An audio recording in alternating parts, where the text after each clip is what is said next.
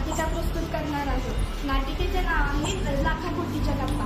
प्रस्तुत नाटकामध्ये दोन सुप्रसिद्ध अभिनेते रेल्वे स्टेशनवर रेल्वे इंजिनमध्ये बिघाड झाल्यामुळे रेल्वे स्टेशनवर थांबतात। ते तिथे बसल्यानंतर त्यांच्यात लाखाकोटीच्या गप्पा सुरू होतात। त्या सर्व गोष्टींना शेवटी वेगळीच कलाटणी मिळते। मग आपल्याला हसू आवडत नाही, चला तर मग नाटक सुरू करूयात व हसूयात। इंजिनमध्ये बिघाड झाल्यामुळे नागपूर दादर एक्सप्रेस सुमारे 3 तास इगतपुरी स्टेशनवर थांबून राहिली। गाडीतले प्रवासी कंटाळून प्लॅटफॉर्मवर एक झाडा घालू लागले। कुणी बुक स्टॉलवरची वर्तमानपत्रे घेऊन वाचून आडवे झाले, पण 2 प्रवासी मात्र एका दगडी बाकावर बसून गप्पा मारू लागले। त्यांच्या गप्पा सुमारे 1 तासभर सुरू राहिल्या। त्यानंतर ते कंटाळले। त्यांनी चहा मागवला।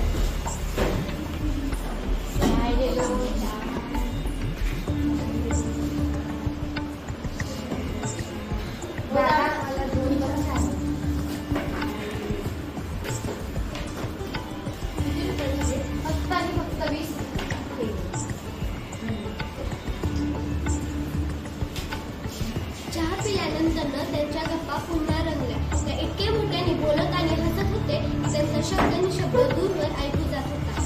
त्या 2 प्रवाशांमधला एक म्हातारा आणि दुसरा तरुण प्रवासी। म्हातारा त्या तरुणाला म्हणाला, राजा, इंग्लंडला जाणं खूप झालं ना? हो काका, असं काय विचारताय? मी पासपोर्ट मिळवला, व्हिसा काढला, परवाच त्याने नवीन कपडेही शिवून दिले आहेत, चारित सूटही घेतले आहेत आणि इतर कपडेही घेतले आहेत। आणि तुम्ही दिलेले घड्याळ आताच वापरायला काढले आहे। राजा, ते घड्याळ जरी किमतीचे 10,000 होते तुझ्यासाठी। पिट्सबर्गला गेलो होतो ना, त्यावेळेस मी तुझ्यासाठी ते खास घेतलं होतं। तुला विमान प्रवासासाठी 50,000 रुपये मिळतील ना? मी तुला मुंबईला गेल्यावर तत्काळ तुमची रक्कम देईन, पण बेटा सांभाळून जायचं बरं का? अहो काका, तुमच्या 50,000 रुपये मी इंग्लंडला कसं जाणार? बॅरिस्टर कसं होणार आहे? मला किरकोळ खर्चासाठी 15 लाख रुपये लागतील। या कोट्याधिपती काकाचं पुण्या कुठल्याही कमिटीमध्ये ठेवल्या तर तुम्हाला चालेल का? नको नको, तू असं परफेक्ट स्वतंत्र बंगला घेऊन म्हणजे तू तिथे निवांत अभ्यास करू शकशील आणि तुला शांतता मिळायला पाहिजे। वर्षाला 15 लाख, याप्रमाणे 3 वर्षांसाठी मला 45 लाख रुपये लागतील। माझ्या टॅक्समध्ये शेअर्स विकल्याचे 80 लाख रुपये आहेत। आत्ताच देऊ का तुला?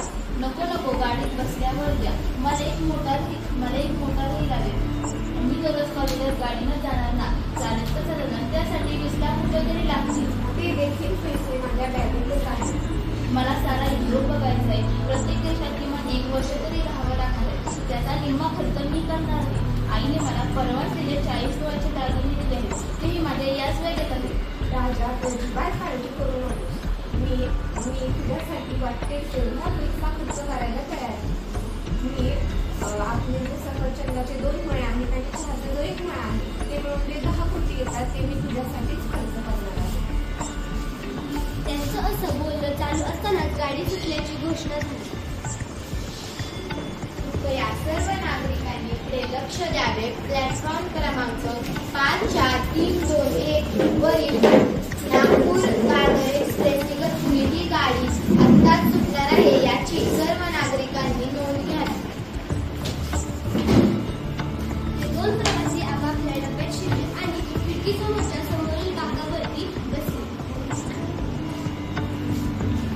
ते खिडकीसमोरच्या बाकावरती बसले।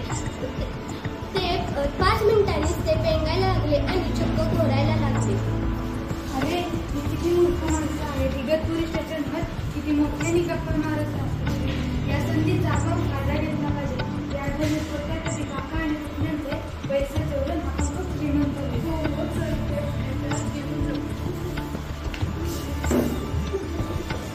त्या 2 प्रवाशांमधला तरुण प्रवासी जागा झाला।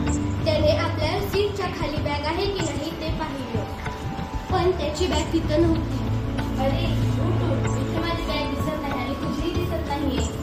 कुठे गेली? तुम्ही स्टेशनवर इतक्या मोठ्या गप्पा मारत होता, ते ऐकूनच ना तुम्ही जरी सांगताय त्यानंच तुमच्या बॅगा पळवल्या असतात। आता बसा हरी हरी करत, तुमची जाम नुकसानी झाली आहे। कल्याण रेल्वे पोलिसांकडे तुमच्या बॅगा तुम्हाला गेल्याची तक्रार नाही का? ते तुमच्या बॅगा त्वरित सापडतील। आता तुम्हाला माझ्याकडे पैसे आहे की मी देऊ? अरे इथे कसला गोंधळ चालला आहे? अरे तिथे यांच्या बॅगा चोरीला गेल्या आहेत. हो यांच्या बॅगा चोरीला गेल्या आहेत. अरे पण आपल्या बॅगा चोरीला गेल्यामुळे तर आपली खरंच पंचायत होणार. माझ्या तर दिशा चोरीला गेल्या. आता शिवाजी मंदिरात गेल्या मला नव्या दिशा घ्यावे लागतील.